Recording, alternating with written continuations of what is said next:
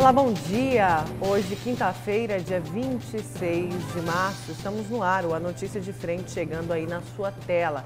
Bom dia também ao Lúcio Sode. Bom dia, Lúcio. Bom dia, Nayara. Bom dia, professor Haroldo. E bom dia a você que nos honra com a sua companhia. Bom dia, Haroldo. Bom dia, Nayara. Bom dia, Lúcio. Bom dia a todos os nossos queridos telespectadores. Olha, vamos começar com imagens de trânsito. Temos aí imagens de trânsito da capital através das câmeras da CEMOB, a região ali da Avenida do CPA, do Shopping Pantanal. No momento parece tranquilo o trânsito, né? Ainda é muito cedo, mas também lembrando que ainda existe a restrição por conta do coronavírus, né? As restrições de Cuiabá e também de Mato Grosso. Olha só, rua praticamente vazia, a gente quase não vê carro, trânsito tranquilo. É um bom sinal. É um bom sinal, mostra que realmente a população está atendendo, não se sabe até quando, né? Atendendo aí as reivindicações das autoridades de saúde, o que é muito importante. Olha, falando em saúde, eu quero começar indo para o GD, o portal Gazeta Digital, para destacar aqui a fala do secretário estadual de saúde, Gilberto Figueiredo. Secretário alerta empresas, fala de Bolsonaro não mudará regras de isolamento em Mato Grosso. Por conta das declarações do presidente Jair Bolsonaro, feitos na noite de terça-feira, que pediu a volta à normalidade e o fim do confinamento em massa, muitas empresas já pensam em retomar as atividades presenciais. Contudo, o secretário estadual de saúde, Gilberto Figueiredo, alertou que enquanto houver lei municipal ou estadual proibindo a abertura dos estabelecimentos, essa regra deve ser cumprida. Ele falou o seguinte: aqui tem lei, se estiver vigente no município, se estiver vigente pelo governo do estado, as empresas estarão obrigadas a cumprir. Não é uma fala, um discurso do presidente que do dia para a noite muda tudo. Nós estamos seguindo as premissas estabelecidas pelo Ministério da Saúde, que tem um ministro que nós acreditamos e confiamos. Enquanto essa determinação a continuar, nós continuaremos seguindo as orientações do ministro, pontuou Gilberto Figueiredo. Aí, olha, só para contextualizar aqui, para atualizar os dados do coronavírus em Mato Grosso, a Secretaria Estadual de Saúde divulgou que monitora 9 casos confirmados e outros 326 suspeitos de coronavírus em Mato Grosso. Essa estatística acompanha exatamente o que a expectativa das autoridades nacional, de saúde. Então, né? Nacional. Nós sabemos que realmente, você vê que já aumentaram os casos em São Paulo, proporcionalmente, sem dúvida alguma. Nós sabemos que essa doença ela tem um ponto exponencial, um momento que ela sobe, né, que aumenta o número de pessoas contaminadas, depois ela chega no seu ápice e depois ela declina naturalmente. É assim que vem acontecendo já em outros países, né? Inclusive no próprio Japão, China. Mas o que me deixa bastante desconfortável é a falta de estratégia por parte dos governos no sentido de retomada da economia. Isso me deixa muito preocupado. Só se fala com relação à contenção e isolamento de 100%. Né? Acho que é importante, é necessário, a população está ouvindo as autoridades, mas isso tem um limite. Eu preciso que se tenha um limite, porque essa determinação ela é excessiva, a meu ver. É a leitura que eu faço. Né? Daqui a pouco, realmente, nós entraremos num colapso econômico gigantesco, em que quem vai sofrer com tudo isso são as pessoas mais pobres.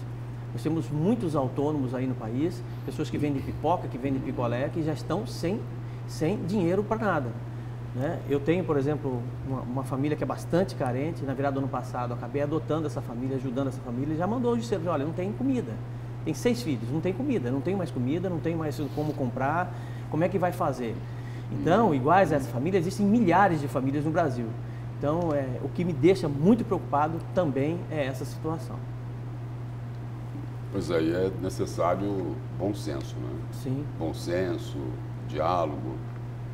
Não adianta ficar essa briga toda, essa confusão que foi instalada aí no país. Essa posição aí do secretário estadual de saúde, Gilberto Figueiredo, é também a posição de praticamente todos os secretários de saúde do país, né? Secretários estaduais de saúde, inclusive referendada pelo general Hamilton Mourão, vice-presidente da República. Ele falou: olha, a orientação do governo é pelo isolamento. E aí tentou, né, dar uma aliviada ali em relação às críticas que o presidente Jair Bolsonaro recebeu em função do que ele declarou no pronunciamento dele. Falou, olha, talvez o presidente não tenha sido muito feliz ao expressar o ponto de vista dele, né? Então é o seguinte, a posição aí até aqui continua sendo pelo isolamento, mas muita gente acredita, né, e que seja possível fazer alguns ajustes nesse isolamento que está colocado aí, né, com critério, né, pensando muito bem naquilo que se vai fazer, mas as pessoas defendem que pode sim ter alguns ajustes, né, porque as regras aí, as orientações das autoridades sanitárias, em síntese, é a seguinte, olha, não pode ter aglomeração. As pessoas têm que manter uma distância razoável, né? De pelo menos aí uns 2 metros de distância uma da outra. Então, é preciso se avaliar se dentro dessa obediência às regras sanitárias, o que é que pode ser flexibilizado nesse isolamento, né? Nesse isolamento que foi colocado aí. Você viu o bate-boca, acabou acompanhando, todo mundo acompanhando, que eu acho completamente desnecessário, né?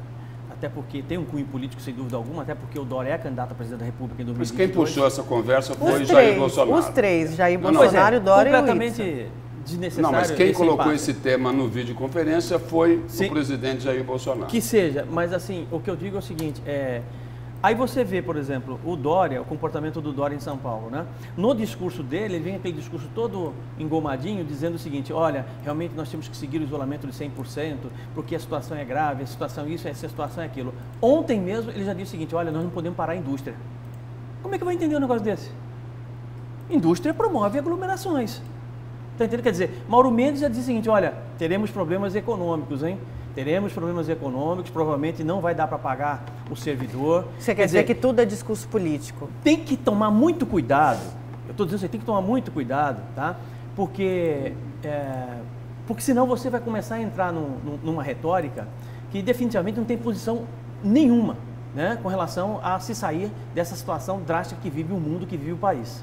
O que eu defendo aqui e venho defendendo é a capacidade, a inteligência, a razoabilidade, a sabedoria por parte de governantes de entenderem que, isso é fato, o nosso país não suporta um lockdown horizontal por muito tempo, um isolamento como nós estamos vivendo hoje por muito tempo. Concordo com o Mauro Mendes, concordo com o Gilberto Figueiredo, concordo com as autoridades de saúde, não vou fazer esse enfrentamento de forma alguma, mas eu acho que... Mas o vertical funciona no país? Funciona, só não sei até que momento, em que momento ele tem que entrar na era.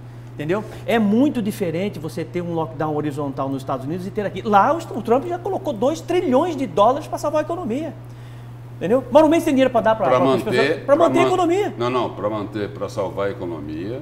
E o seguinte, lá está valendo as regras do isolamento. Sim. Lá, na Itália, mas é muito diferente. Na França, na Inglaterra, na Suíça. Mas lá é um país rico.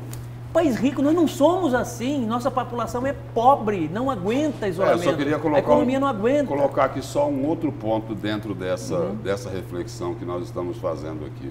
Pegar uma frase de um grande economista, né? Do ex-ministro da Fazenda, Maílson da Nóbrega. Ele diz o seguinte, olha, se tiver que escolher alguma coisa, é muito melhor contar desempregados do que fazer a contabilidade do número de mortos. Então, eu acho que tem que ter um meio termo nessa questão. Mas se tiver que escolher, tem que escolher para preservar a vida das pessoas. Sempre, mas será que uma crise... Não é escolher para o seguinte, para ver se o fulano vai ganhar um pouco mais, né? Se a dificuldade vai ser menor, porque eu acho que é o seguinte, o mais importante é preservar a vida. Sim, concordo. Das pessoas. Mas você não acha que uma crise econômica pode matar muito mais do que necessariamente o próprio Covid-19? Pense numa recessão. Não, mas aí tem que discutir aquilo que você mesmo colocou isso agora há pouco, o momento. O seguinte, o momento agora é o quê? É possível flexibilizar o isolamento? Não, então deixa quieto. De que forma que é possível? É isso? Isso. Em que caminho que nós podemos seguir? É o plano mas todo não é mundo falando. cobra. Eu não vi isso ainda. Mas não se consegue isso, Muitas vezes é o seguinte, aqui no país, às vezes as coisas ficam muito mais prejudicadas pela forma do que pelo conteúdo das declarações, né? Porque não vai ser declarando o seguinte: olha, isso é só uma gripezinha, um resfriadinho, não é por aí. Eu acho que o caminho é o do diálogo, né? É o da conversação, não é o de criar os atritos, né? Colocar uns de um lado, outros do outro, porque na verdade aí é um problema gravíssimo, todo mundo tem que se unir, tem que ter solidariedade para tentar superar esse problema. Né? Para tentar superar o problema que Sem dúvida. Muito grave. Tem que ter plano, né? Um plano rápido, uma ação concreta, tem que ser apresentado tudo isso para o brasileiro. O Aristóteles, lá na civilização grega, dizia, o conceito de bom senso é dele, né? É dele. Quando você fala em bom senso, que você toca aí, o que é bom senso? Bom senso é um conjunto de sabedoria e razoabilidade nas decisões que os seres humanos tomam mediante a dois problemas, que é o que nós temos. Nós temos um problema de saúde, né? Saúde física, né, das pessoas, e temos um problema de saúde econômica. São dois problemas. E temos pessoas hoje, governantes, que pensam com cabeça voltada para a questão da saúde econômica e outros pensando com a cabeça voltada para a saúde física. E esse dilema tem que ser tratado, como bem disse o Lúcio, com bom senso, com razoabilidade, com sabedoria e com planejamento, para que realmente os danos não possam ser tão grandes assim como nós estamos vendo em outros países. E é nessa linha aqui, trazendo esse debate aqui para Mato Grosso, é nessa linha que a CDL e a Câmara dos Dirigentes Lojistas está colocando a questão, né? Diante aí das medidas de flexibilização em Mato Grosso para o funcionamento dos estabelecimentos durante a pandemia, o presidente da CDL, o Nelson Soares Júnior, está defendendo o seguinte: olha, é preciso aprender a conviver com o vírus, não morrer com ele. Isso. É uma boa declaração. Então, ele está colocando exatamente o que nós estamos dizendo aqui. Olha, dá para fazer o ajuste nessas medidas que foram colocadas de isolamento? Isso. De que forma é possível ser feito isso? Que estabelecimentos podem funcionar que estão fechados hoje? Qual a segurança para isso? Né?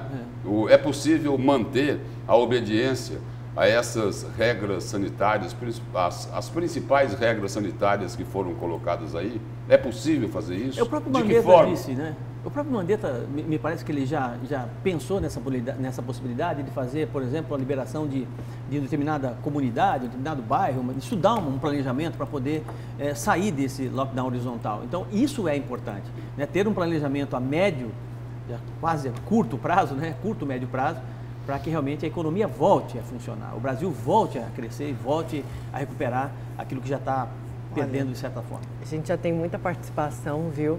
Os nossos telespectadores logo cedo, querendo ficar bem informados. Lembrando que o WhatsApp do A Notícia de Frente está aí na telinha, no cantinho da sua tela. Vamos aqui algumas participações. Olha, para mim não é hora de discutir o lockdown, o isolamento das pessoas em suas casas, se será vertical ou horizontal. Para o empresário, posso dizer para ele: procure pagar as pessoas, os empregados. Isso é importante para que eles tenham um mínimo de renda para viver e tenham paciência, porque tudo isso vai passar. É o Vanábil. Mas aí é lindo, né? Falar dessa forma é lindo, isso é discurso. O empresário hoje, 80% do mercado hoje das empresas de pequeno e médio porte, 80% dela está na mão de pequenos e médios empresários. O fluxo de caixa dessa empresa é de 26 a 27 dias. Passou isso, ele quebra, ele não tem condições. Entendeu? Não tem. Agora, se você é empresário, você consegue segurar um lockdown desse horizontal, de isolamento, por 90 dias, se você consegue segurar os seus colaboradores em 90 dias, beleza, parabéns. É isso aí, continue dessa forma. Porque o problema é o seguinte... Agora, a grande maioria não dá conta. O problema é o seguinte: o telespectador coloca, olha, tem que fazer o mínimo, paga os seus funcionários, entendeu? Para que eles tenham o mínimo. Aí a pergunta que se faz é a seguinte: sem vender, como é que faz? Esse pequeno, esse médio empresário vai conseguir fazer isso? Não vai. Não vai. A resposta está pronta. Essa é a questão. Mais participações. Bom dia. Pergunta para o Haroldo, que defende tanto o fim do isolamento. Como faz uma família que tem idosos em casas, pessoas com doenças crônicas e tem jovens que vão voltar ao trabalho. Para onde eles vão voltar depois de um dia de trabalho? O Brasil vive em crise, pessoas passam fome todos os dias e nunca tivemos isolamento, que eu me lembre. Não, penso que 30 dias de isolamento total, nesse momento crítico, não afunda nada. Aí acorda, Haroldo, mas tem gente que também elogia. Bom dia, Haroldo, está coberto de razão. Se a economia parar, vai enfraquecer o Estado, inclusive o SUS. Teremos pobres em saúde e sem comida. Quem defende isolamento total é porque tem reservas, como a visão do Lúcio, é uma visão de rico, diz aí o nosso telespectador. Não, eu não tenho reservas como o telespectador está falando, entendeu? E eu não estou defendendo o isolamento total como ele afirma. Eu não disse isso.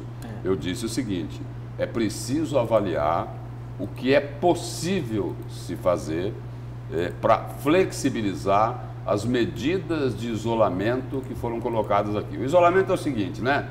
O professor aqui, Haroldo Arruda, usou esse termo, né? Muitas outras pessoas estão usando o tal do lockdown, né? O fecha tudo, fecha não é tudo. Isso? Então, o que eu estou colocando aqui é se pode, né? Flexibilizar. De que forma que isso pode ser flexibilizado? Sem colocar em risco a preocupação que existe aí das autoridades de saúde de acelerar demais a contaminação do coronavírus. Porque aí é o seguinte, o sistema público de saúde vai entrar em colapso. O ministro da Saúde já avisou, se isso não for levado a sério, é isso que vai ocorrer. E aí é o seguinte, e aí vai ter mais gente que vai morrer, não só do coronavírus. De repente uma pessoa tem um outro problema, tem um AVC, precisa de uma UTI. E aí, cadê a UTI? Vai ter UTI? Não vai ter UTI. Né? Então é o seguinte, é preciso parar essa confusão toda que se instalou no país, um atirando no outro, o outro atirando no um, se atacando, não é? Ao invés de conversar, de dialogar, de procurar um caminho, né? Sem ficar na base do discurso, né? Ir para a prática e discutir como é que pode ser feito, como que as coisas podem ser encaminhadas diante de um problema tão grave como esse, que não é a gripezinha, nem o resfriadinho. Olha, eu quero saber os destaques de vocês para hoje. Vamos começar com o seu? Vou falar sobre o decreto de calamidade pública que foi colocado ontem, pedido ontem pelo governo do estado de Mato Grosso, por Mauro Mendes. Ele tem um tempo de 90 dias, né? E o que vai, de certa forma, interferir nesse processo todo de combate ao Covid-19. Né? É uma ação importante por parte do governo, sem dúvida alguma, essa solicitação junto à Assembleia Legislativa, que vai apreciar e provavelmente deve aprovar esse projeto que foi encaminhado pelo Executivo. Né? E eu vou falar qual a repercussão disso, o que a gente espera exatamente com essa ação feita pelo governo do estado de Mato Grosso. E o seu, Lúcio? Eu quero falar um pouco hoje sobre os reflexos políticos em relação ao pronunciamento do presidente Jair Bolsonaro, que foi bastante criticado.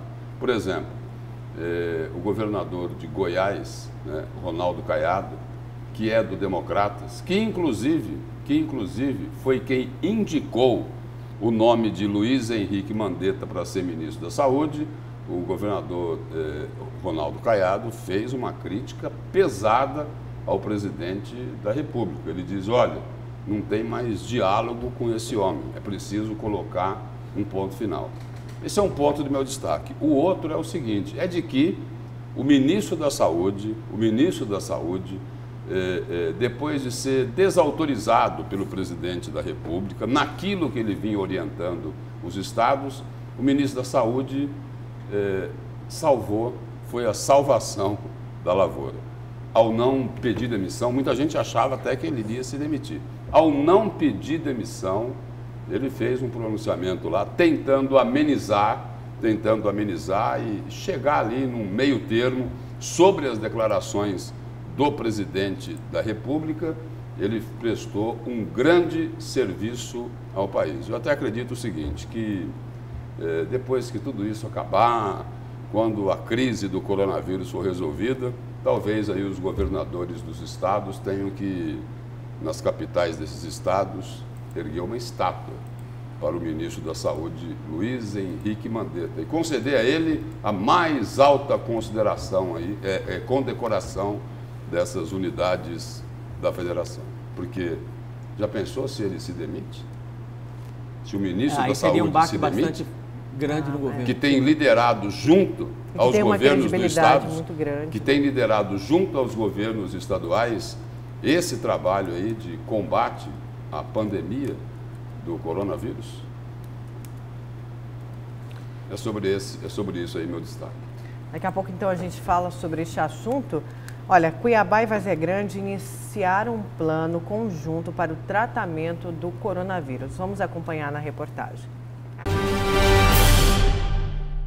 Além dos prefeitos, participaram da reunião alguns secretários dos municípios. A intenção é traçar planos estratégicos para as duas maiores cidades do estado atuarem no combate ao coronavírus.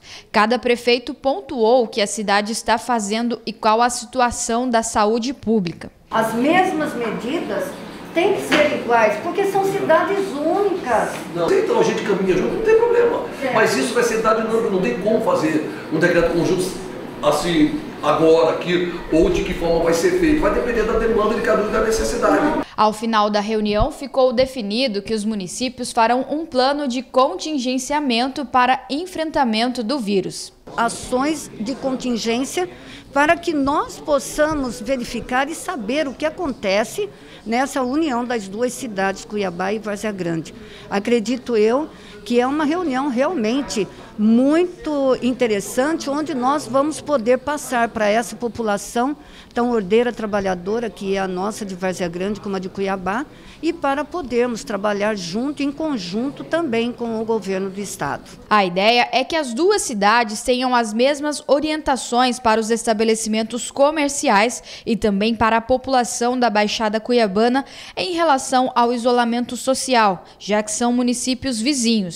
As ações em conjunto, tanto quanto puder, na área preventiva, na área das medidas administrativas, o que for feito em Cuiabá, tanto quanto puder, for feito em Várzea Grande e vice-versa, e bem como também o plano de contingência para a rede de assistência, para a rede de atendimento na questão de uma evolução da pandemia, na questão da evolução do novo coronavírus no nosso meio. Então, é necessário que essas ações sejam conjuntas para preservar e proteger a saúde e a vida da população de toda a região. Os prefeitos têm até a próxima sexta-feira para elaborarem um plano com novas medidas de combate à pandemia.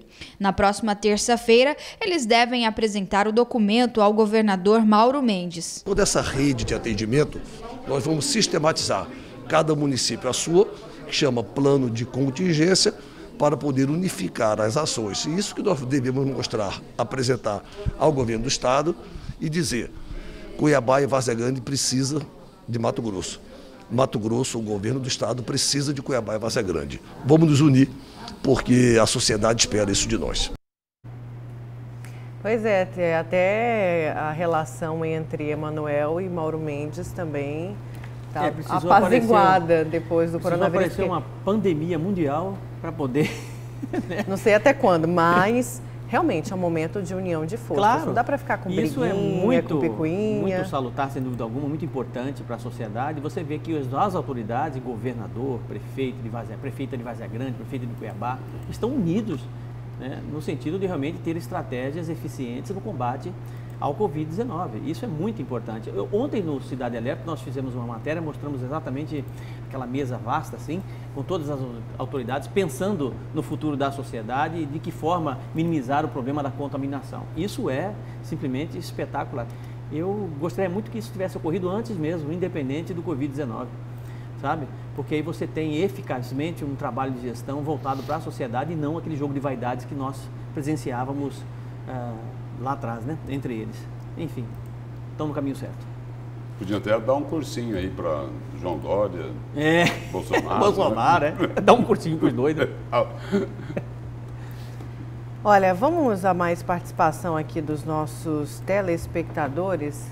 O WhatsApp do A Notícia de Frente aí no cantinho da sua tela. Bom dia, Nayara. Perfeita análise do Lúcio. A situação é crítica. Não Devemos, neste momento, pensar apenas na economia e fingir que a situação não seja grave. O presidente da República tem que tirar como exemplo o que foi feito aqui em Cuiabá, entre Mauro Mendes e Emanuel Pinheiro. Deixar as brigas políticas de lado, pensar na população. Benedito, bom dia. Imprensa de modo geral faz deuses e demônios. Aí ele põe aqui, usando tudo isso com cunho político.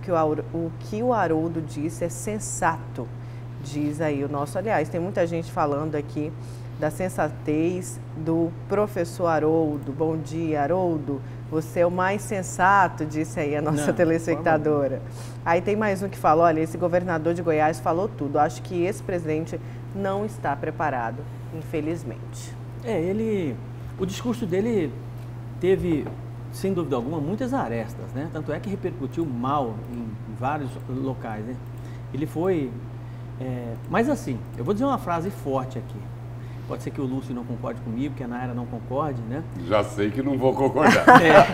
Mas, e é bastante, eu acho que é bem isso mesmo, né? Nosso país é um país acostumado com a mentira, né? Lúcio, nosso país é acostumado com a mentira. Nosso país foi um país formado em cima de uma transgressão cultural gigantesca. Quando aparece alguém para falar algumas verdades, e ele disse algumas verdades. Mas gripezinha é a verdade? Não, isso é bobagem. Resfriadinho? Não, isso é bobagem, isso aí é deslize. Essas são as arestas, entendeu? Essas são as arestas, né? Agora, algumas verdades foram ditas e eu definitivamente, eu me coloco exatamente a favor desses pontos positivos da fala dele. Só pergunto o seguinte, era preciso esconder essas verdades do ministro da Saúde? Não. O ministro da Saúde não ficar sabendo. Ele que está coordenando todo esse trabalho no país todo. E outra coisa, como é que ele faz? Não era para ele ficar sabendo que o presidente da República iria fazer um pronunciamento importante sobre esse tema. Mas o próprio presidente, Lúcio e Haroldo, o presidente falou que ele escreveu, que ele fez, que não teve isso. Ele chegou a falar isso. Isso está errado. Deixa eu explicar uma coisa para você. Até ontem eu ia falar, mas não deu tempo de falar. Pior que tudo isso, né, é essa falta de alinhamento político com os seus próprios pares. Um presidente da República não tem a mesma leitura, o mesmo alinhamento, você pode ter opinião contrária. Isso faz parte do jogo democrático, sem problema algum. Agora, como é que ele vai para um pronunciamento daquele sem saber o que pensa o Mandetta? Você está entendendo? Não pode. Por mais que ele defenda um isolamento vertical, ele tem que conversar com o ministro da Saúde. Ele falou, escuta, como é que faz para a gente poder sair dessa situação? Porque a economia está travada, rapaz, vai quebrar esse país, eu estou numa situação complicada. Até porque ele poderia, Haroldo, ele poderia ir para a TV e falar, olha, eu vou abordar esse tema aqui. Isso. Estou preocupado com a questão da saúde, do risco desse vírus, né? Mas também, por outro lado, eu tenho uma preocupação aí com a questão econômica. Isso. Antes de gravar esse pronunciamento, eu conversei com o ministro da Saúde, Luiz Henrique Mandetta, que tem feito um trabalho excepcional aqui no país, e que é o seguinte, olha, nós vamos fazer um estudo aqui para ver o seguinte, como é que a gente pode flexibilizar essa questão para que a economia não seja tão castigada. Espera aí, é difícil isso? Pois é. Difícil. Sabe o que ficou parecendo? Que não ouviu ninguém. Foi lá à noite, pegou uma caneta, falei, o que eu penso é isso, eu não quero saber o que os outros pensam, entendeu? Não é assim. É o que falo que quem escreveu aquilo foi Carlos Bolsonaro, o filho dele, né? Só para complementar a informação. Enfim, então, para que prevaleça o bom senso, o raciocínio tem que ser esse, né? E não outro. Vamos a mais participação aqui. Bom dia, estes governadores que contrariam Bolsonaro querem derrubá-lo, a turma do quanto pior, melhor, e ainda recebem verba federal. Tudo é jogo político. É o Sérgio, do bairro Santa Helena. Mais uma participação. Bom dia, realmente é o momento de parar de analisar todas as situações, parar para analisar todas as situações, doença e economia. O problema é que os oportunistas já começaram a fazer campanha política indiretamente. Professor Haroldo, realmente o povo estava acostumado com mentiras. Aí o pessoal aqui, bom dia, eu acho que a volta de alguns comércios que já estão funcionando, tem que liberar mais ônibus, porque se com o comércio fechado estava andando lotado, imagina agora. Conta de um novo decreto, né? Alguns segmentos aí foram abertos, borracharias, oficinas, lojas de, se não me engano, perfumaria, cosméticos, eu vou trazer tudo isso. Pois é, mas eu queria saber qual é a diferença, por exemplo, de você fechar uma padaria, de você fechar uma loja de cosméticos, tá? E deixar aberta uma padaria. Não, mas aí tem as medidas de segurança, né? Que falam que se você tiver as você medidas de segurança aglomerar. sendo aplicadas, por exemplo, quando eu fui a uma padaria ontem, uma drogaria ontem, perto da minha casa, que tinha lá uma fita de segurança para manter 1,5 metro de distância, né? Tinha álcool gel, também se não tivesse na própria drogaria seria horrível, né? O quê? Não tem o quê? Álcool gel. Mas tem um monte de drogaria que não tem. Não tem? Não tem. Sei lá perto de casa Eu fui em uma. É mesmo? Anteontem não tinha. Passei lá ontem de novo, não tinha de novo. E eu tive que ir 2 vezes, porque anteontem eu fui, e lá o seguinte, tinham 4 pessoas lá dentro. Como estava demorando muito, eu fui embora, porque eles não liberavam mais do que 4 pessoas. Ou seja, respeitando as orientações, né, aí das autoridades da área de saúde. Aí a pergunta é a seguinte, não dá para fazer isso lá na loja de imóveis? Pois é, Lúcio. Na loja de Lúcio, cosméticos? esse é o bom senso. É. Claro que dá, gente, pelo amor de Deus. Eu também quero ser chamado de sensato aqui, professor. É isso. Olha, é isso. 6h30. Só que vou continuar criticando aquilo que eu acho errado. Tá certíssimo, né? claro. Eu vou continuar falando, não pode ficar falando que a crise não existe, que o problema não é grave. Correto? Que isso daí, olha, ninguém vai sentir nada, já teve coisas piores. Isso daí é o seguinte, é só uma gripezinha. Isso não pode. Isso não pode porque passa uma mensagem diferente, truncada e ruim, para né? a população. Porque de um lado falou, olha, tem que tomar cuidado que o vírus é perigoso. É isso? Aí do outro lado fala assim, olha, não, tá tudo tranquilo, toca a sua vida. Não é assim. Agora 6h32. Vamos para o nosso primeiro intervalo. Na volta a gente continua com a notícia de frente.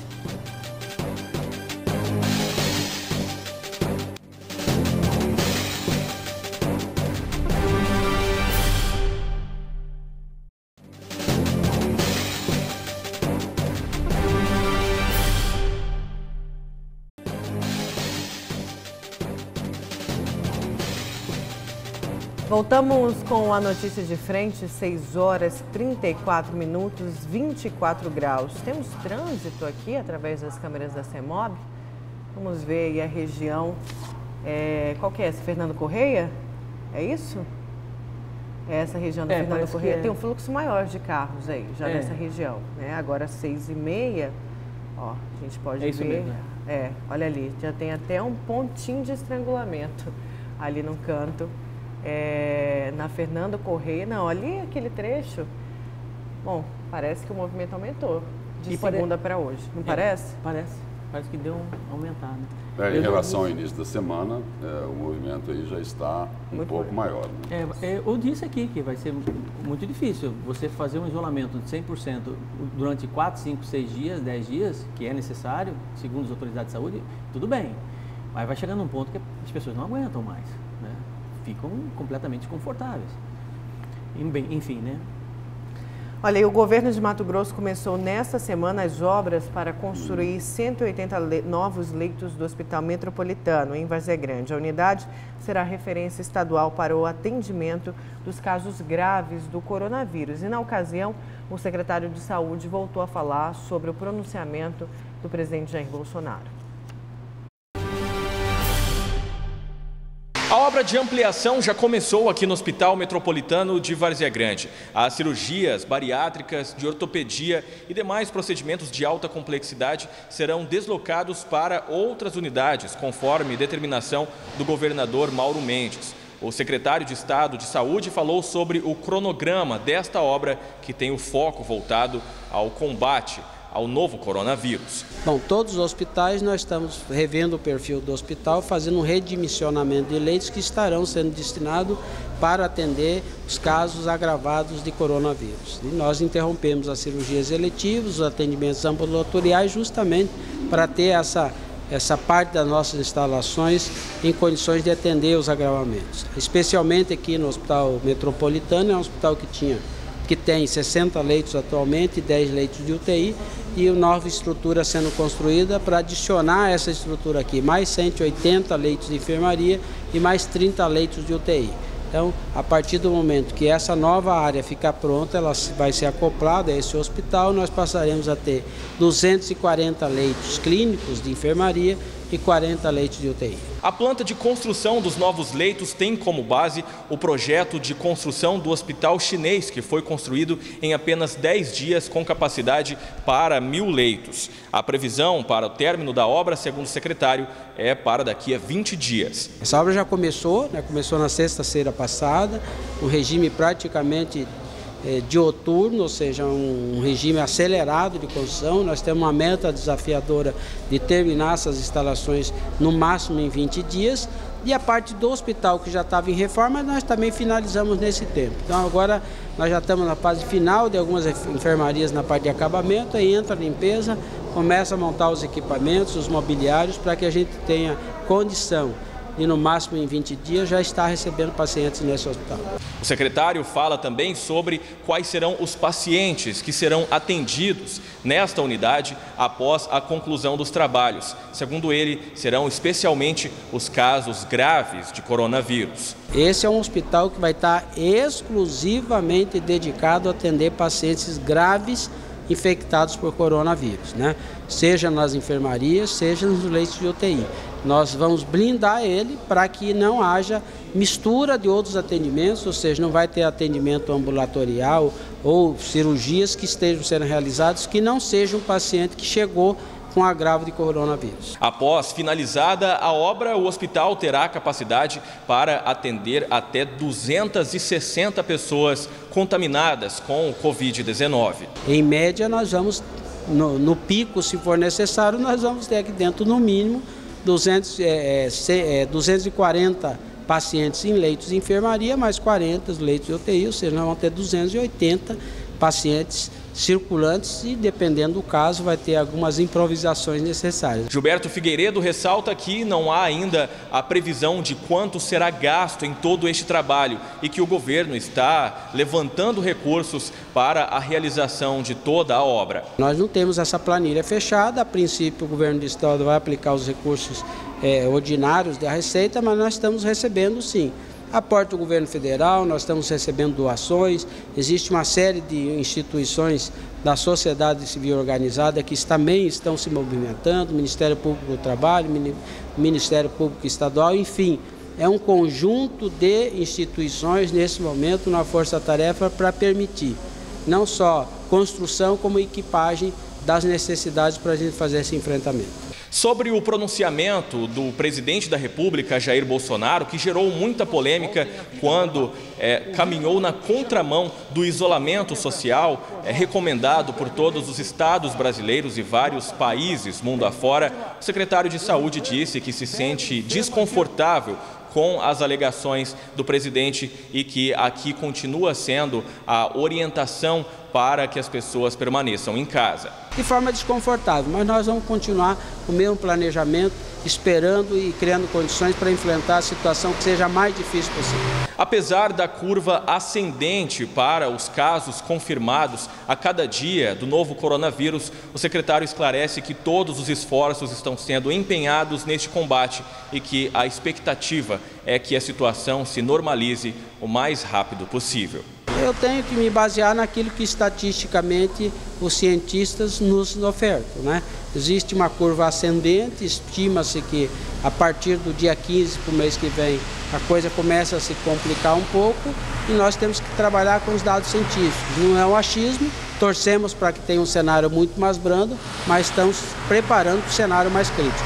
Com imagens de Evaldo Santos e apoio técnico de Moisés da Costa, Luiz Vieira para a Notícia de Frente.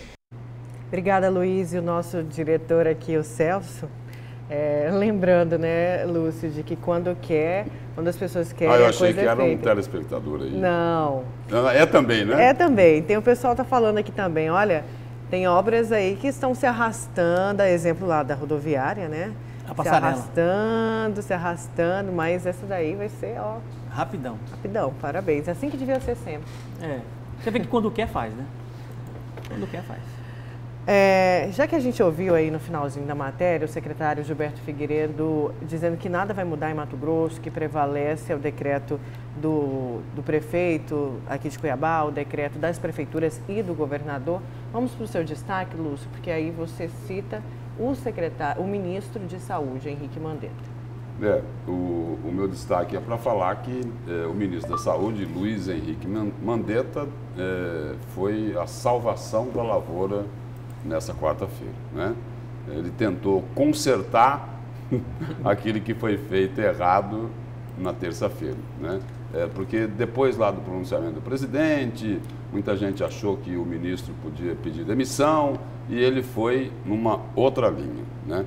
Ele foi numa outra linha e aí, para amenizar, né, as declarações do presidente, ele até fez uma defesa, né, da fala do presidente Jair Bolsonaro. Ele disse o seguinte, que ele vai seguir no cargo, né, e que ele viu uma grande colaboração na fala do presidente Bolsonaro.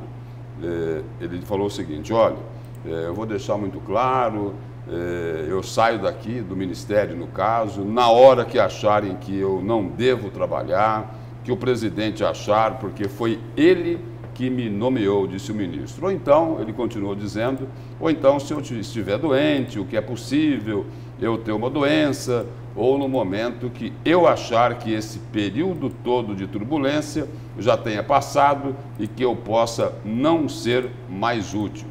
E aí ele também concluiu, dizendo que nesse momento da crise agora eu vou trabalhar ao máximo, a equipe está todinha focada, nós vamos trabalhar com critério técnico. Só abrindo um parênteses aqui, trabalhar com critério técnico é dentro das orientações que estão sendo passadas pelos profissionais e pelas organizações ligadas à saúde. E aí ele defendeu também, seguindo aí na linha do presidente Jair Bolsonaro, ele defendeu a manutenção da atividade econômica no país e afirmou que essa é uma preocupação do Comitê Interministerial que atua no enfrentamento dessa crise. Aí ele diz que tem certeza que esse comitê vai achar boas soluções para a economia. E aí o ministro citou também a agropecuária como exemplo de ramo, né, de atividade que precisa continuar ativa para evitar consequências em outros setores. E aí ele disse o seguinte, tentando contemporizar, amenizar as declarações do presidente Jair Bolsonaro, ele falou, olha, eu vejo nesse sentido a grande colaboração da fala do presidente, chamar a atenção de todos que é preciso pensar na economia. Então, ele acabou aí prestando um grande serviço ao país, continuando lá no Ministério, trabalhando junto com os governos estaduais, com os governos municipais, tentando segurar aí, né, essa crise do coronavírus, né, que a contaminação não seja tão grande, trabalhando aí dentro das orientações aí das autoridades sanitárias. Voltando lá ao pronunciamento do presidente Jair Bolsonaro, de todos os governadores aí, 19 governadores dos 27 criticaram a fala do presidente. Só que o governador aqui de Mato Grosso, Mauro Mendes, ele foi mais cauteloso, né? Teve uma reunião, uma videoconferência ontem à tarde, né? Onde participaram 26 governadores, só não participou o governador de Brasília, né? Participaram dessa conferência também aí o presidente da Câmara e o presidente do Senado, né?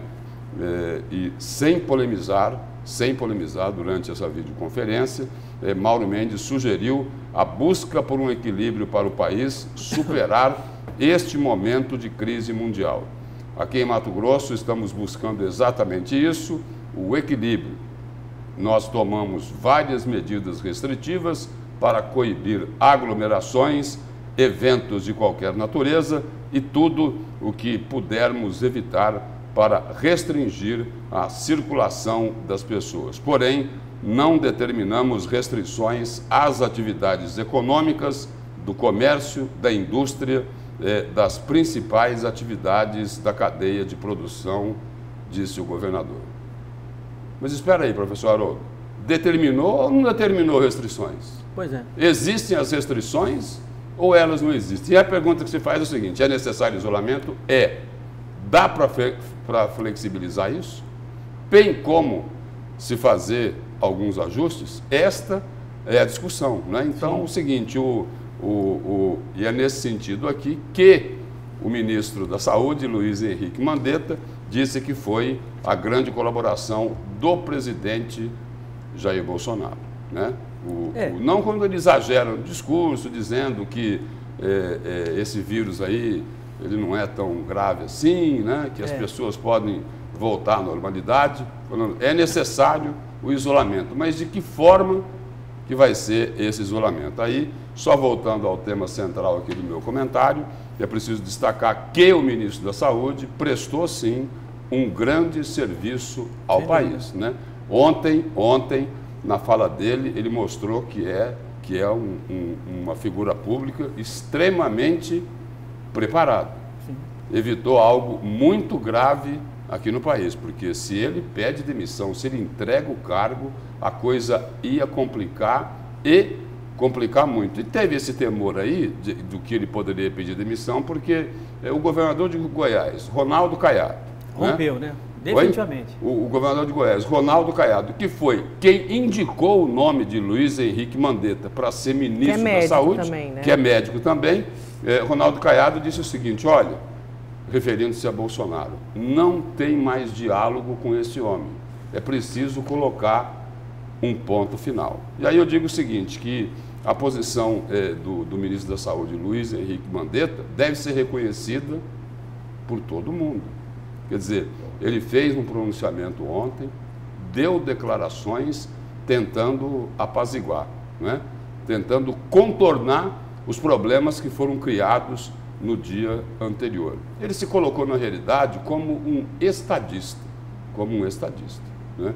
Então, o meu destaque é esse aí, e vamos esperar que agora, daqui para frente, as autoridades consigam finalmente se entender, né? Sim, mas, por exemplo, no caso do Ronaldo Caiado, ele, enquanto governador de um estado importante, sem dúvida alguma, eu acho que ele pecou pelo excesso. Vou dizer por quê. Porque ele pode até não concordar com 100% do que disse o presidente da República, Jair Bolsonaro. Mas, politicamente, por questões de governabilidade, né, ele não pensou no estado dele. Ele tinha que ter pensado no estado dele antes de tecer aquelas palavras que ele acabou tecendo dirigidas ao presidente da República, Jair Bolsonaro. Pegou muito mal. Mas ele pensou na população do estado dele. Não, né? Aí é que está. Eu acho que não, Lúcio. Eu acho que não, porque se ele pensasse, é muito melhor você ter uma relação política com governabilidade, com governança pública, com o governo federal, do que simplesmente romper do jeito que ele rompeu. O que é isso? Tá entendendo? Eu posso não concordar com você, mas eu não sou idiota ao ponto de simplesmente, não concordo com você, vai para lá você e eu fico por cá. Não, rapaz, é um governador do estado, de um estado importante, precisa de recursos federais, tá entendendo? Quer dizer, então, faltou bom senso. É importante que você tenha, sobretudo, duas palavrinhas importantes para que uma gestão possa ser plena, seja ela federal, estadual ou municipal. Governança pública e governabilidade. São essas duas palavrinhas que devem prevalecer para que realmente você possa ter de forma ampla, né, um trabalho reconhecido pela própria sociedade. Esse rompimento... Mas aí é o estilo do Ronaldo Caiado. Pois né? Mas esse estilo... É o estilo dele, porque é o seguinte, porque ele fez uma declaração mais forte, não é? Fez Muito. Uma crítica mais dura. Só que dos 27 governadores, 19 criticaram os termos do pronunciamento do presidente Jair Bolsonaro, mas fizeram também críticas. Mas não romperam. É isso? Fizeram críticas, né? Aí, agora é preciso registrar também o seguinte, e o vice-presidente Hamilton Mourão? Ele também fez uma declaração contrariando o que o próprio presidente da República havia dito, né? Sim. E não foi só o general Hamilton Mourão, o comandante-geral do Exército, que já havia enviado uma orientação a todas as tropas, chamando a pandemia de crise mais importante da nossa geração. Então, é preciso se repensar. Eu digo o seguinte, não é nem o conteúdo, mas a forma. que se colocam as coisas nesse país. Claro, não é isso? Claro, sem dúvida. O que eu digo, sim, você vê, todos esses outros governadores acabaram dizendo que foram contra, né, o que disse o presidente Jair Bolsonaro. O próprio Mourão, que é vice-presidente da República, disse, olha, não concordo com o que ele disse mesmo, é importante que se tenha isolamento agora, né? Mas ninguém ou nenhum desses governantes, dessas autoridades, acabaram, de certa forma, tecendo um comentário tão pesado e tão separatista como foi esse do governador Caiado. Eu volto naquilo Entendeu? que você... Então, eu acho que tem que ter muito cuidado, Lúcio, com as palavras. Não, eu volto naquilo que você falou quando a gente falava das declarações do presidente Jair Bolsonaro. Até para fazer uma pergunta, né? Para tirar uma dúvida. Quando a gente comentava aqui as declarações do presidente Jair Bolsonaro, você colocou o seguinte, falou, olha, esse país se acostumou com a mentira, ele se incomoda muito quando ouve a verdade. Isso se aplica a essas declarações de Ronaldo Caiado ou não? Aplica, claro. Se aplica também? Também, mas não dessa forma, né? Porque, veja bem, quando eu digo que o país sempre se acostumou com a mentira, por questões de transgressões culturais, que o sujeito é capaz, por exemplo, de se indignar com desvios de milhões de reais dos cofres públicos por uma autoridade, mas ele é incapaz de, no seu universo menor, né, acabar se indignando com um atestado falso de saúde que ele compra para mostrar para o seu empregador, para justificar uma falta, né? Todas as vezes que você cai no plano do excesso, isso teoricamente ou filosoficamente é um tipo de vício. Não é bom e não faz bem para ninguém. Está entendendo? Então, quando eu estou dizendo que é um país que sempre se acostumou com a mentira e quando aparece alguém para dizer a verdade, eu não estou caindo no plano do excesso. Eu simplesmente estou afirmando algo como uma opinião, tá? Mediante um contexto que se coloca dessa forma, né? Eu não estou simplesmente dizendo que todo mundo mentiu o tempo todo. Não, né? Algumas mentiras foram contadas. Não, eu só tracei o paralelo aí, porque o presidente, pelo que você colocou, o presidente Jair Bolsonaro resolveu... Eu disse que ele disse algumas verdades. Resolveu colocar a questão de uma forma mais firme, não é? Ele disse algumas verdades. Mais determinada, mais objetiva. Sim, como o Caiado também disse algumas verdades, entendeu? Mas é a forma com que ele se expressou, na posição dele, é que não ficou bom. É o que a gente estava falando, é o que eu falei agora há pouco aqui. Muitos dos problemas que nós estamos enfrentando hoje, não é isso? Tem muito mais a ver com a forma do que com o conteúdo. Sim, exatamente. É isso. Porque é o seguinte, todo mundo quer resolver o problema. Agora é o seguinte, ao invés de sentar, conversar, dialogar, eles ficam atirando, né? No tiroteio verbal, né? Na troca de farpas, né?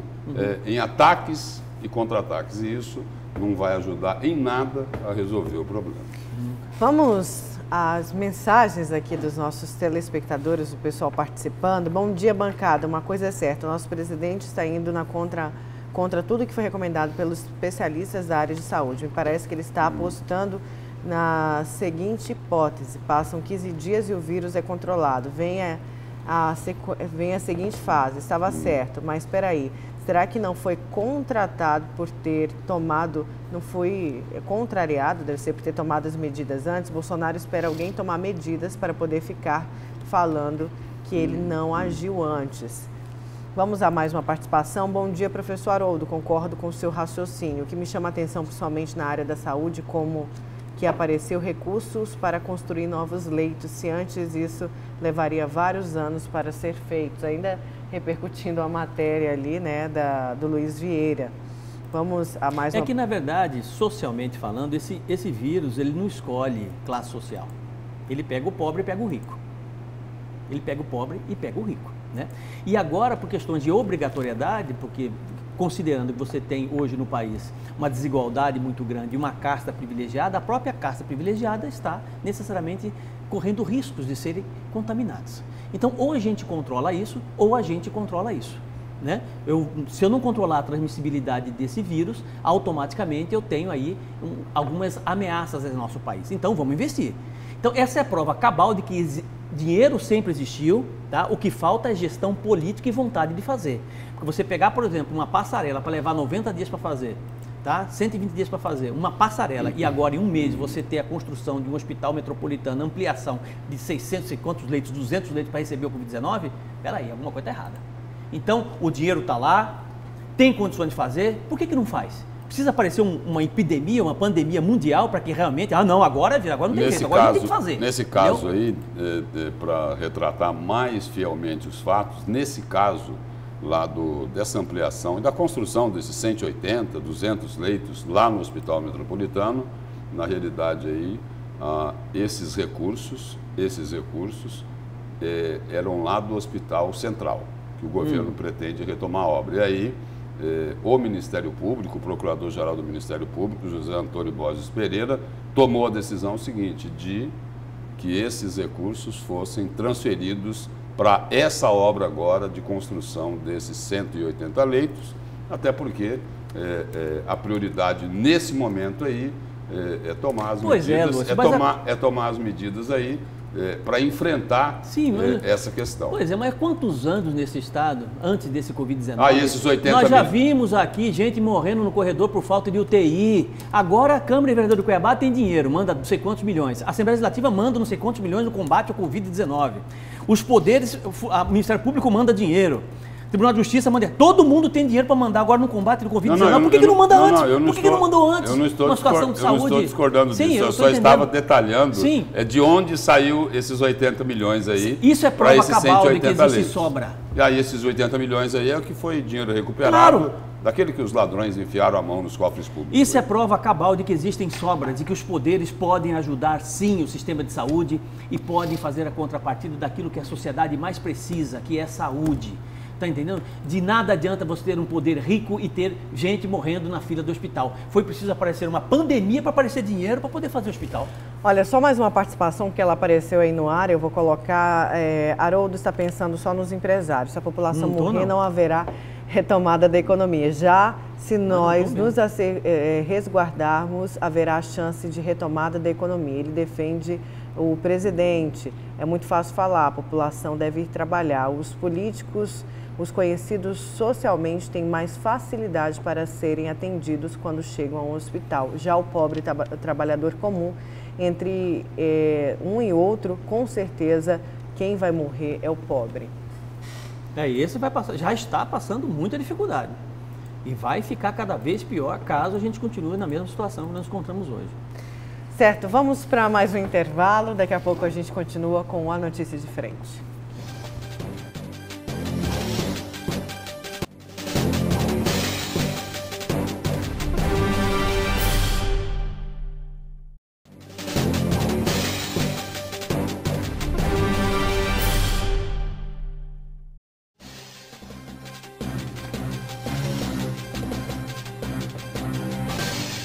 Voltamos com a notícia de frente, agora 7 horas, 1 minuto, 26 graus.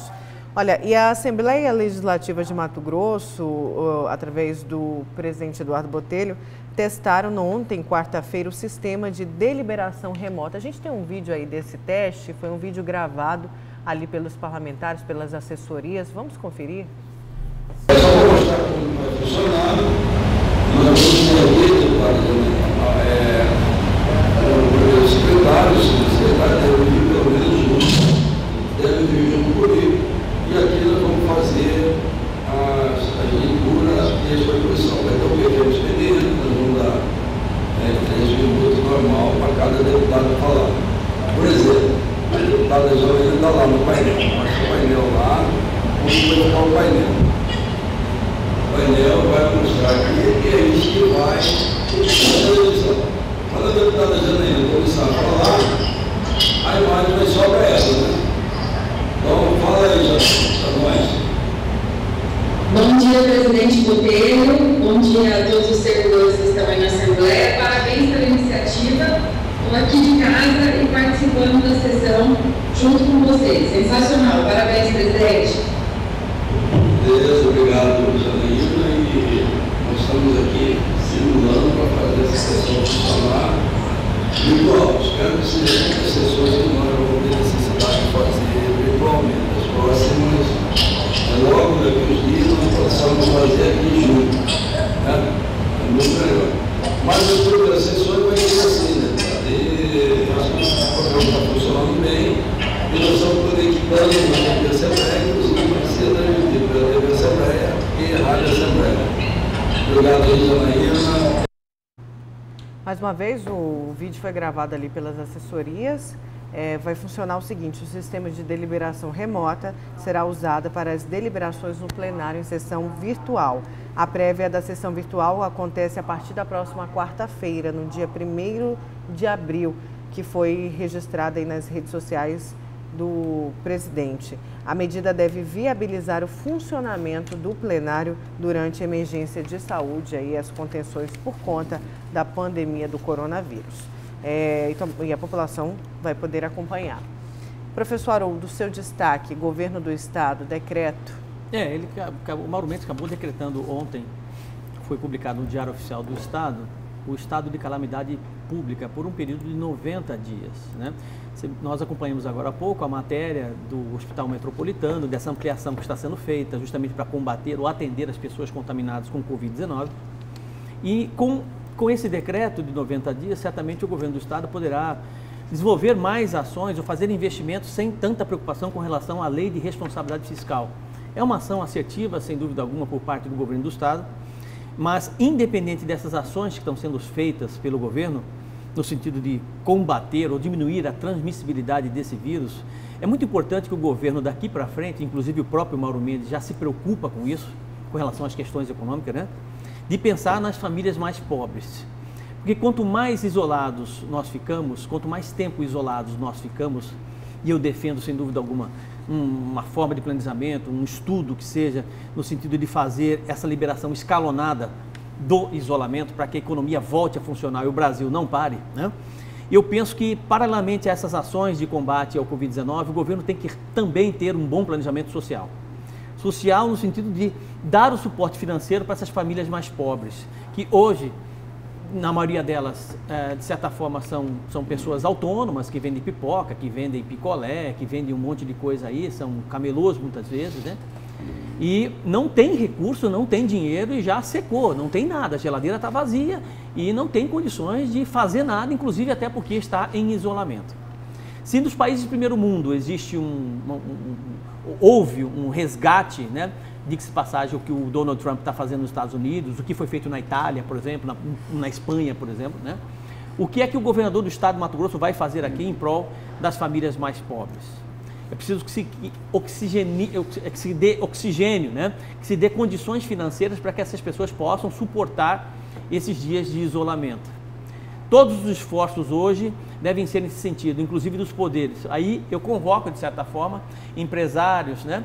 Iniciativa privada que seja, os poderes, o legislativo, o judiciário, o executivo, todos no sentido de uma ação mesmo, um pacto para poder suportar e dar o apoio necessário financeiro direto a essas famílias mais pobres, para que elas possam suportar esse momento tão difícil, né?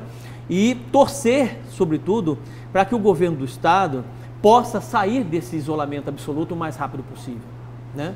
Nós não suportamos esse tipo de isolamento em todos os sentidos, seja físico, apesar de ser necessário, né? E principalmente econômico. As empresas vão quebrar, as empresas de pequeno e médio porte vão quebrar. Quebrando as empresas, você tem um número maior de desempregados, que hoje são em torno de 11, 12 milhões, a projeção é de 40 milhões do Brasil, caso esse isolamento continue. Aí nós temos uma situação muito mais grave, porque nós teremos certamente como consequência a violência, porque as pessoas precisam comer, as pessoas precisam fazer, e necessariamente isso pode vir a acontecer e acontecerá caso nós não tomemos uma decisão mais rápido possível com relação a esse isolamento. É isso, basicamente é isso, o governo está no caminho certo, mas precisa ter luz no fim do túnel com relação às questões econômicas, sem dúvida alguma. Professor, só para contribuir aí, destacar aqui o seguinte, que na resposta do governador Mauro Mendes, na resposta ao pronunciamento lá do presidente, né, ele diz, olha, nós vamos continuar aqui com as restrições sociais, né? E aí ele coloca também o seguinte, o Mauro Mendes continuou com o discurso de que atividades consideradas essenciais, como a indústria, não foram interrompidas. Ele continua, não iremos proibir nenhuma atividade econômica essencial, desde que haja a obediência às regras sanitárias. Aí o questionamento é o seguinte, não proibiu a atividade lá da indústria, apenas colocando como condicionante o respeito às regras sanitárias. Aí o questionamento é o seguinte: na indústria pode ter atividade econômica respeitadas as regras sanitárias. E no setor de comércio, no setor de serviços, de prestação de serviços, não pode ter a preservação dessa atividade respeitadas as regras sanitárias? Pois é. Dá para ser estudado isso? Lógico que dá, né? Analisar a situação? Sim, dá para analisar a situação. Sim. Você vai me dizer que em uma fábrica, que uma indústria não tem aglomeração? Claro que tem. Não, pode não ter. Ué, se respeitar. Claro, não, pode não ter. Eles tomam lá as providências para não aglomerar, não é isso? Não. Mantendo uma... Lúcio, peguemos como exemplo, eu não sei se a Votorantim está parada ou não, mas todos os dias, isso é fato e faz parte de um procedimento, de um checklist, de um trabalho feito pelas indústrias, pelas fábricas, de reunir todos os funcionários para que as diretrizes, o planejamento seja repassado pelos gestores, para que essa produção aconteça de forma plena e tranquila, com toda a segurança possível dentro da fábrica, dentro da indústria. Quando você aglomera 20, 30, 40, 50, 100 pessoas, você está tendo um tipo de aglomeração. Agora, a grande preocupação dele, e isso é fato, que ele sabe que ele pode ter problema, apesar de você estar tendo hoje um faturamento maior, uma arrecadação maior em alguns segmentos, como próprios supermercados, estão vendendo mais. Então não tem queda de arrecadação com supermercados. Mas ele sabe que ele vai ter queda de arrecadação, e isso é preocupante, porque ele precisa pagar servidor público, tá? Isso é fato. Olha, antes da gente encerrar, eu quero destacar, até mesmo para vocês comentarem brevemente, a capa do jornal A Gazeta, que traz aqui na sua capa, daqui a pouco a gente mostra melhor aqui a capa do jornal A Gazeta, mas traz que cobertura da crise, mais da metade da população confia no jornalismo impresso, televisão, rádio e site. Olha, 61% TV, 56% jornal e 50% rádio, 38% site. Em meio à propagação mundial do coronavírus, a disseminação e também a disseminação de notícias falsas em redes sociais, os meios tradicionais de comunicação retomam a liderança.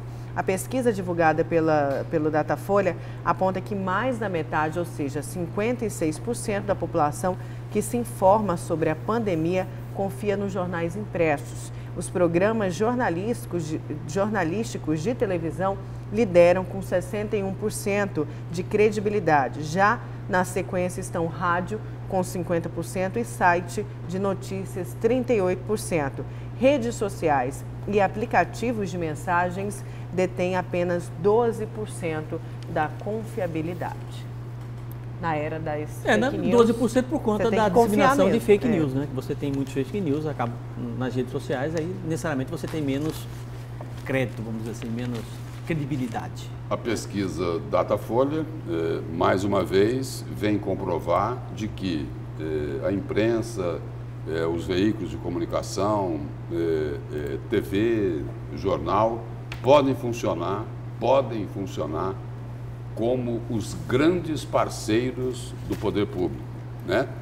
Exercendo ali a função, né, de um elo de ligação entre os governantes e os governados, né? Ajudando a solucionar problemas, né? Ou pelo menos a indicar caminhos para essas soluções.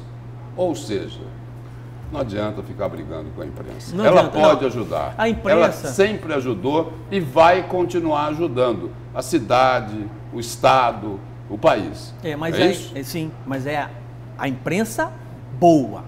Assim como você tem engenheiro bom, você tem engenheiro ruim, você tem professor bom, professor ruim, você tem hoje imprensa boa, imprensa que não é boa. A imprensa boa, a imprensa que é parcial. A imprensa que é parcial e a imprensa que não traz a verdade, essa não é boa. Essa não é boa. Olha. Então, o que deve prevalecer na imprensa, eu penso dessa forma. Eu não sou jornalista, eu sou filósofo, tá? É aquela que transmite, faz a mediação e leva à verdade, à imparcialidade. Na medida que você não pode mais ser imparcial e não ser mais verdade, acabou o jornalismo. E a imprensa é o seguinte, ela também tem que ter opinião. Opinião. Não pode esconder a opinião. Sem dúvida. Né? Se o senhor defende o presidente Jair Bolsonaro, o senhor tem que ser claro. Não, na sua posição. Sim, exatamente. É isso? Olha, se é crítico, também claro, tem que externar. Não tem problema a nenhum posição. nisso. É a isso. gente acabou por hoje, mas eu vou deixar aqui um questionamento de um telespectador para a gente responder amanhã. A gente não, Haroldo e Lúcia, aqui, ó, vamos colocar na tela rapidinho, por favor? Ele mandou várias vezes a mesma mensagem, falou o seguinte, vamos ver se a gente consegue colocar? Obrigada. Bom dia, pergunte, por favor, professor Haroldo e ao Lúcio, precisamos achar um ponto de equilíbrio entre a saúde e a economia. Então, qual seria esse ponto de equilíbrio? Pergunta para ser respondida amanhã. E aí a gente passa isso para o ministro da Saúde e para quem mais? Para o presidente Jair Bolsonaro. É isso? E para o mundo todo. E resolvemos o problema do coronavírus, é isso? Vamos, gente. Bom dia. Bom dia, Lúcio. Bom dia, Haroldo. Obrigada. Bom dia a todos. Bom dia a você aí de casa. Você continua com a cobertura completa sobre o coronavírus nos nossos telejornais. Trânsito aí a região da Miguel Sutil, Parque Mãe Bonifácia, ou a rotatória que vai ali para o Centro de Eventos Pantanal, tudo tranquilo por enquanto. Vamos, até amanhã.